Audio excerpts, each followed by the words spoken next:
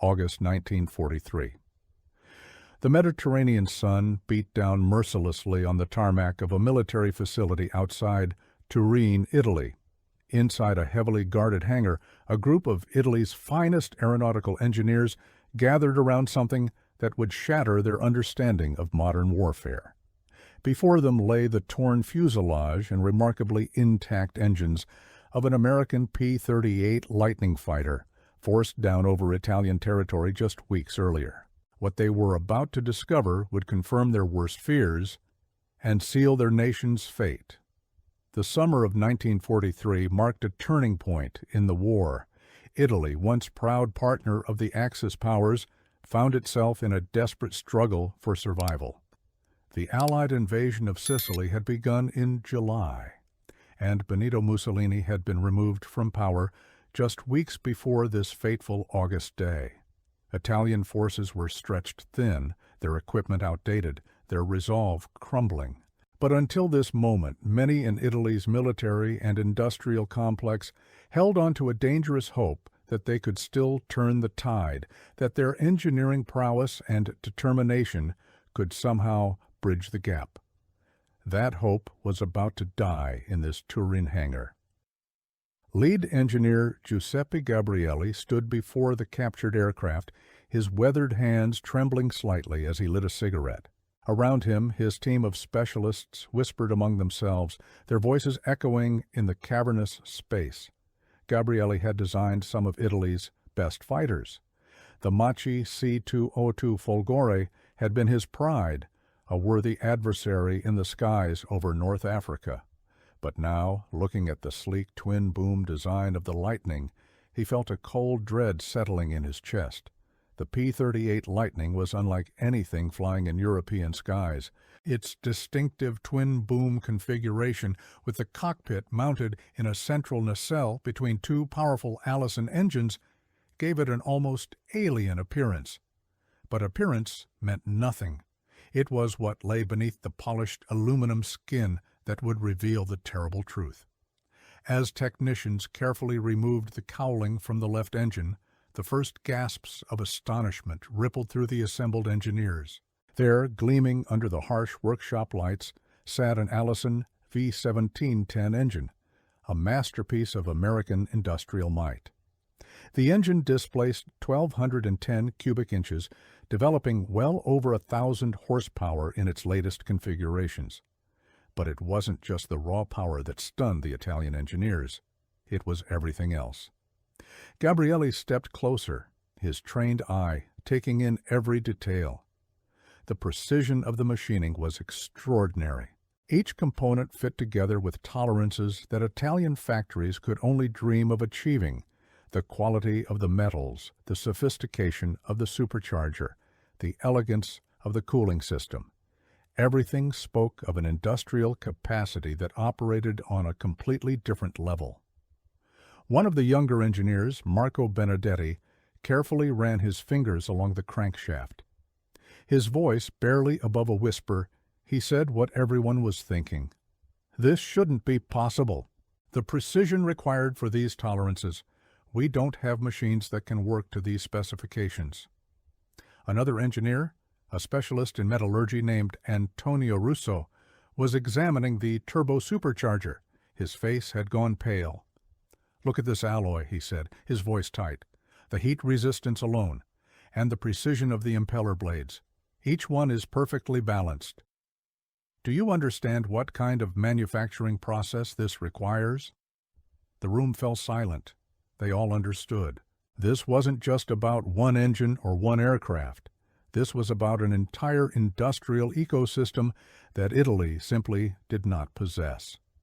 While Italian factories struggled to produce a few dozen aircraft per month, often with hand-fitted parts and variable quality, America was churning out thousands of planes with standardized, interchangeable components of frighteningly high quality. Gabrielli moved to the propeller assembly. The P-38 used Curtiss Electric constant-speed propellers, another technological marvel. The mechanism that automatically adjusted blade pitch to maintain optimal engine performance was beautifully engineered, elegant in its complexity. Italian aircraft still used simpler, less efficient propeller designs because they lacked the industrial capacity to manufacture such sophisticated systems in quantity. As the afternoon wore on, the team systematically dismantled and examined every component of the Lightning's power plant. Each discovery was another nail in the coffin of Italian hopes. The engine's accessory drives, the fuel injection system, the sophisticated engine controls. Everything was years ahead of what Italy could produce, but it wasn't just the engines. As other team members examined the aircraft's structure and systems, more revelations emerged. The quality of the aluminum alloys used in the airframe was superior to anything in Italian production. The hydraulic systems were more reliable and efficient. The electrical systems, the instruments, the radio equipment, everything pointed to the same inescapable conclusion. A senior engineer named Franco Lombardi, who had spent the morning examining the aircraft's gun turret and ammunition feeds, approached Gabriele. His face was grim. "Giuseppe," he said quietly, "the machine guns. They're firing 50 caliber rounds at a rate we can barely manage with our smaller weapons. The ammunition alone. Look at the quality of the brass, the consistency of the powder loads. And they have thousands of rounds per aircraft, while we struggle to provide adequate ammunition for our fighters." Gabriele nodded slowly. He'd seen enough. They all had. But there was one more thing they needed to see, one more component that would drive the point home with brutal clarity.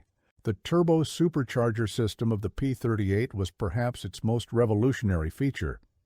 This technology allowed the Lightning to maintain high power output at altitudes where Italian fighters gasped for air, their engines strangled by the thin atmosphere.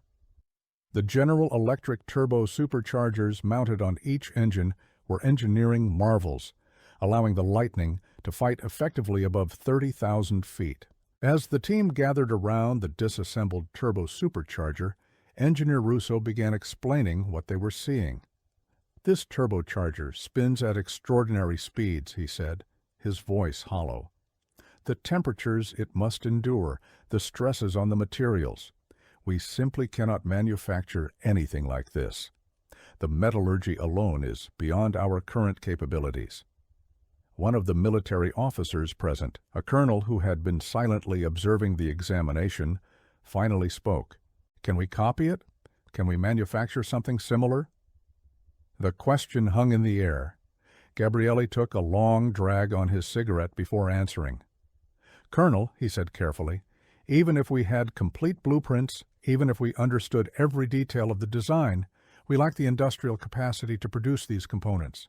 The machine tools required to achieve these tolerances, the quality control systems to ensure consistency, the specialized alloys, the skilled workforce. America has all of this. We do not." He paused, choosing his next words carefully. "But it's more than that.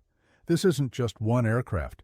The Americans are producing these by the hundreds, soon to be thousands, each one built to the same high standard, interchangeable parts, reliable performance, while we struggle to keep our existing aircraft flying with whatever spare parts we can cobble together." The colonel's face darkened. "So what you're telling me is—" Gabriele interrupted, his voice firm. "What I'm telling you, Colonel, is that we are not fighting an enemy that is slightly better equipped. We are fighting an industrial colossus that operates on a scale we cannot match. This aircraft represents not just superior engineering, but a manufacturing capability that is orders of magnitude beyond our own." The implications were staggering. The P-38 was fast, climbing to altitude quickly with a top speed exceeding 400 miles per hour. It could fly higher than most Italian fighters could effectively operate. Its range was enormous, allowing it to escort bombers deep into enemy territory and still have fuel to fight. And perhaps most importantly, it was heavily armed with a concentrated battery of guns in the nose, giving it devastating firepower. Italian fighters like the Machi C-202, while nimble and well-designed for their specifications, were simply outclassed. They used licensed versions of German engines that were already a generation behind. They lacked the power, the speed, the ceiling, and the range of the Lightning. And while Italian pilots were brave and skilled, courage alone couldn't overcome such a massive technological disadvantage. As evening approached and long shadows filled the hangar, the team began to pack up their notes and measurements. But the mood was somber, almost funereal. What they had witnessed today would be documented in detailed reports that would make their way up the chain of command. But everyone in that hangar already knew what those reports would say. Gabriele stood alone for a moment, looking at the disassembled Lightning. He thought about the young Italian pilots who would face these aircraft in combat, flying their outdated fighters against an enemy with such overwhelming technological superiority. He thought about the factories back home, struggling to produce enough aircraft to replace combat losses, each plane taking weeks to build with hand-fitted components. And he thought about America, where vast factories operated around the clock, where assembly lines rolled out aircraft with the same efficiency they once used to produce automobiles, where the industrial might of an entire continent had been mobilized for war. Italy, despite its proud history and talented engineers, simply couldn't compete on this level. The examination of the P-38 engine confirmed what many had suspected, but few wanted to admit. This wasn't a war that Italy could win. This wasn't even a war where Italy could hold its own. The technological and industrial gap was simply too vast. But the story of that August day goes deeper than just the examination of one captured aircraft. To truly understand what those engineers saw and what it meant, we need to understand the broader context of industrial warfare in 1943, the development of the P-38 Lightning itself, and how Italy had arrived at this desperate moment. The P-38 Lightning was born from a 1937 Army Air Corps requirement for a high-altitude interceptor capable of climbing to 20,000 feet in just 6 minutes. Lockheed Aircraft Corporation, led by designers Kelly Johnson and Hall Hibbard, created a radical twin-engine design that would become one of the most distinctive aircraft of the war. The choice of a twin-engine configuration was driven by several factors. Single engines capable of providing the required performance simply didn't exist at the time.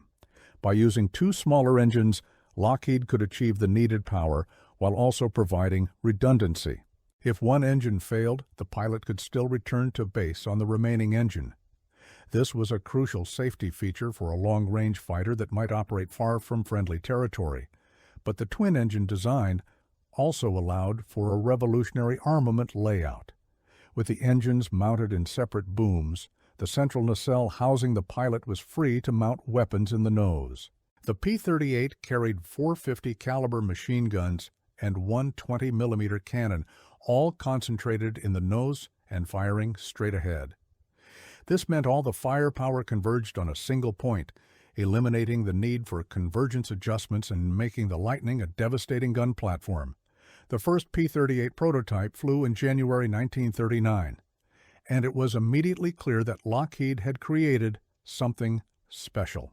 On a transcontinental speed dash, the prototype flew from California to New York in just over 7 hours, setting a new speed record.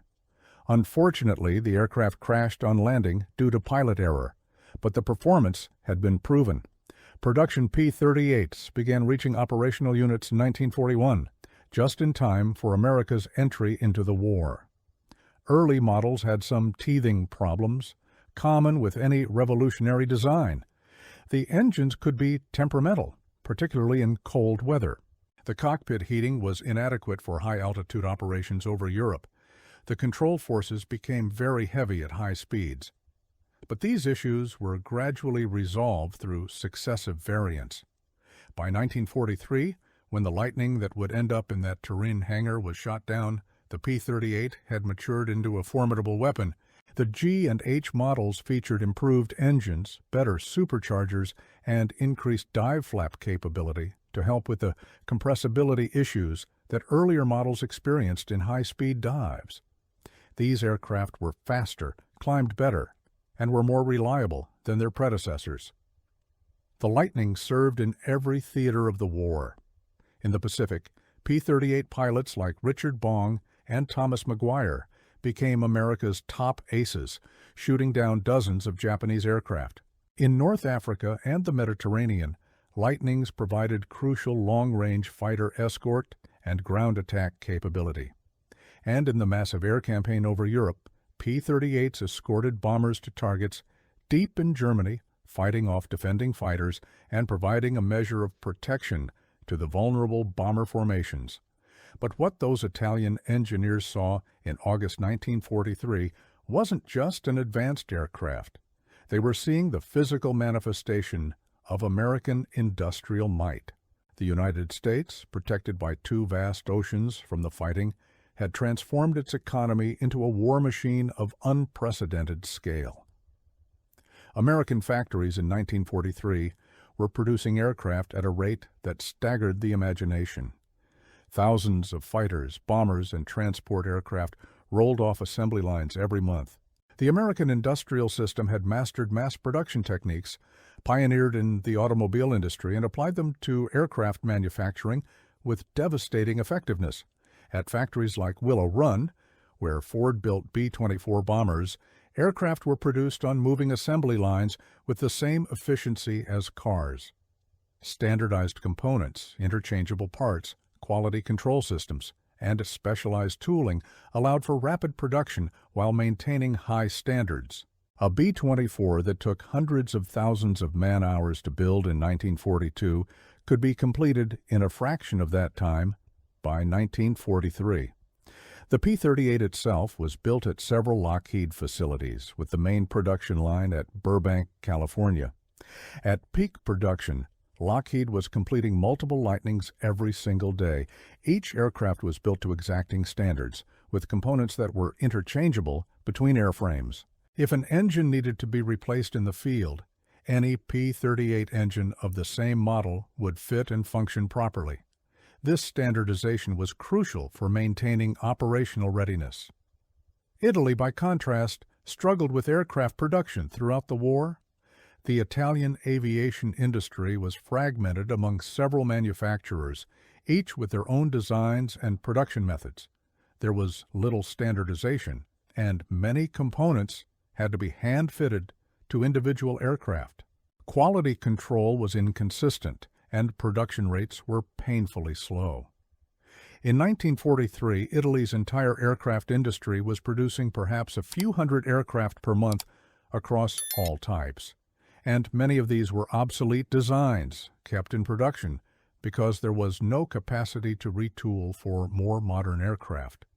Meanwhile, America alone was producing thousands of aircraft monthly, and that wasn't counting British, Soviet, and other Allied production. The metallurgical gap was particularly stark. American industry had access to vast quantities of high-quality aluminum and specialized alloys. The aluminum used in American aircraft was consistently high quality, with tightly controlled specifications. American manufacturers had also developed advanced aluminum alloys with superior strength-to-weight ratios. Italy faced chronic shortages of aluminum and other strategic materials. What aluminum they had was often of variable quality. Italian engineers had to work with what they had, designing aircraft that could be built with available materials rather than optimal ones. This meant heavier structures, lower performance, and reduced reliability. The machine tool industry presented another unbridgeable gap. American factories were equipped with the latest precision machine tools capable of working to tolerances measured in thousandths of an inch. These tools allowed for the mass production of complex components with consistent quality. If a part was manufactured to specification, it would fit and function properly in any aircraft. Italian machine tools were generally older and less precise. Much of the precision work had to be done by skilled craftsmen hand-fitting parts. This was time-consuming, expensive, and resulted in aircraft that were essentially custom-built. Parts from one aircraft might not fit properly in another without modification. The engineers in that Turin hangar understood all of this. They'd been working with these limitations throughout the war, doing their best to design competitive aircraft despite the handicaps. But seeing the P-38 engine laid bare before them, seeing the precision, the quality, the sophistication of its design and manufacture, drove home just how far behind they truly were. One of the younger engineers looking at the disassembled engine asked a question that had been on everyone's mind. How did they get so far ahead? Gabrielli considered the question carefully. They didn't get ahead, he finally said. We fell behind. Or perhaps we were never truly in the race. America industrialized on a scale that Europe never matched. Their factories, their production methods, their resources. They approached manufacturing with a different philosophy: mass production, standardization, efficiency, while we clung to craftsmanship and individual artistry. He gestured at the engine components spread before them. Look at this. Every part manufactured to precise specifications, interchangeable, reliable.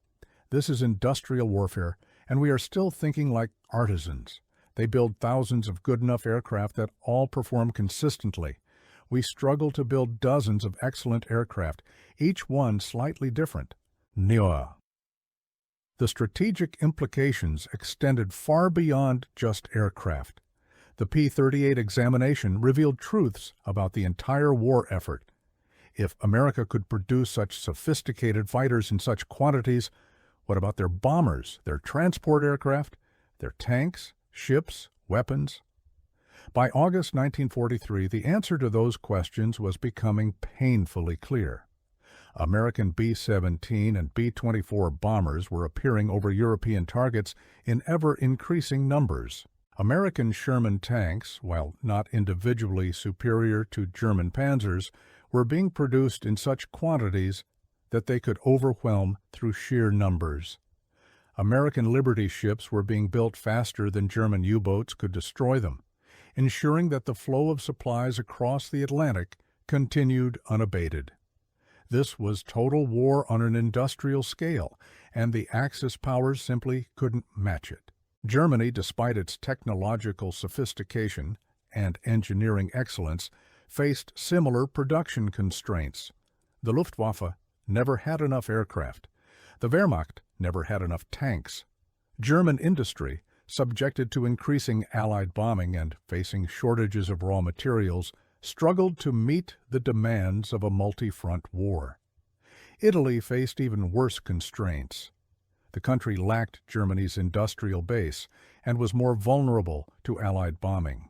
Italian factories were working at maximum capacity but couldn't produce enough of anything. Fuel shortages grounded aircraft even when they were available. Spare parts were scarce. Training was inadequate. The entire military infrastructure was fraying. The examination of the P-38 took place against this backdrop of impending collapse. Just weeks earlier, on July 25th, Mussolini had been ousted from power by his own fascist Grand Council and arrested on orders of King Victor Emmanuel III. Italy was now led by Marshal Pietro Badoglio, who immediately began secret negotiations with the Allies for an armistice. But the war continued. Italian forces were still fighting alongside their German allies, even as the government prepared to switch sides. The situation was chaotic and dangerous. German troops in Italy, suspecting treachery, were positioning themselves to take control if Italy attempted to surrender.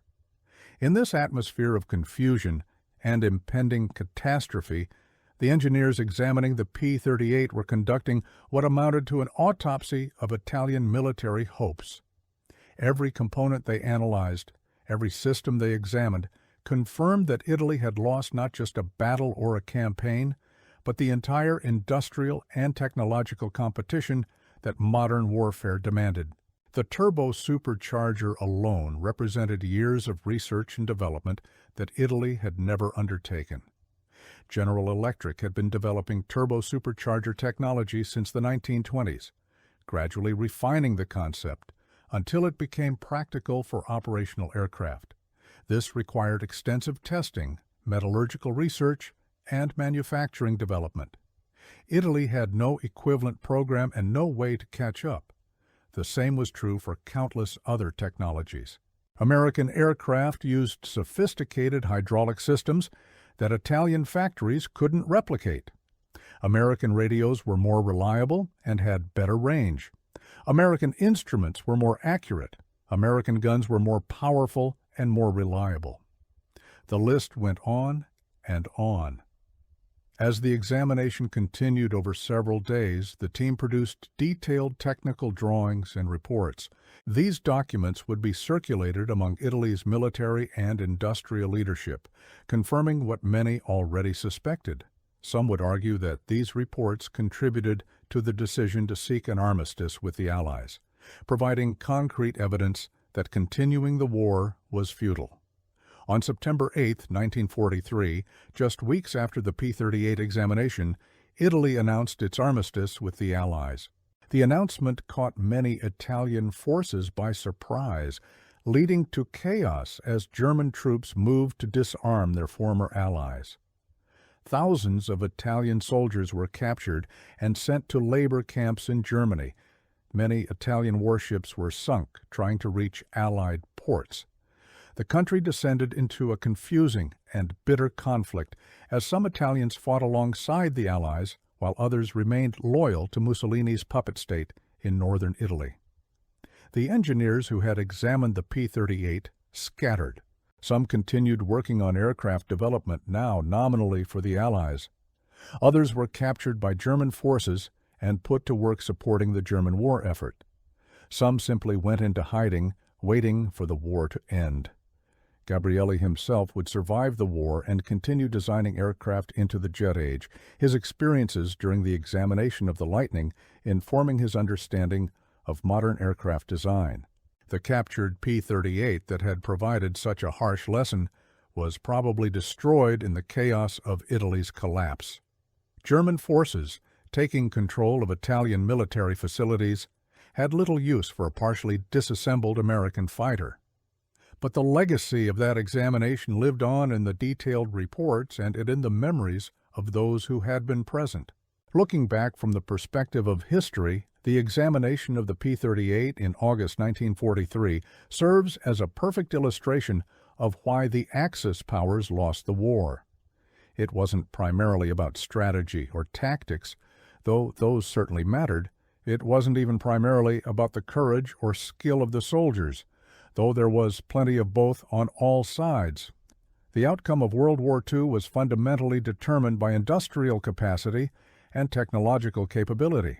The Allied powers, particularly the United States, but also the Soviet Union and Britain, could produce more of everything: more aircraft, more tanks, more ships, more weapons, more ammunition. And, critically, they could produce these things to consistently high standards, with interchangeable parts and reliable performance. This allowed them to sustain massive military operations on multiple fronts simultaneously. The Axis powers, despite their early successes and undeniable strengths in certain areas, simply couldn't match this industrial output.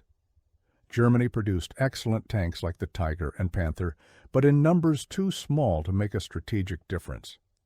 Japan built superb aircraft like the Zero, but couldn't replace combat losses quickly enough. And Italy, despite its talented engineers and brave soldiers, lacked the industrial base to compete at all. The P-38 Lightning that ended up in that Turin hangar was just one example of American industrial might. But it was a potent symbol. Here was an aircraft that represented everything the Axis lacked: advanced technology, sophisticated engineering, high-quality materials, precision manufacturing, and the industrial capacity to produce it in quantity. The Italian engineers who examined that aircraft weren't just looking at one plane. They were seeing the future of warfare and understanding that their nation had no place in that future, not as a major power, not as a credible military force. The gap was simply too wide, and there was no way to bridge it in the time available. In the months following the examination, as Italy descended into chaos and civil war, many of those engineers probably thought back to that August day in the Turin hangar. The moment when abstract strategic concerns became concrete reality. The moment when the gleaming aluminum and steel of an American fighter revealed the unbridgeable chasm between Italy's capabilities and those of its enemies. The P-38 Lightning would go on to serve with distinction throughout the remainder of the war. Nearly 10,000 were produced before the end of hostilities. They shot down thousands of enemy aircraft, destroyed countless ground targets, and provided invaluable reconnaissance coverage.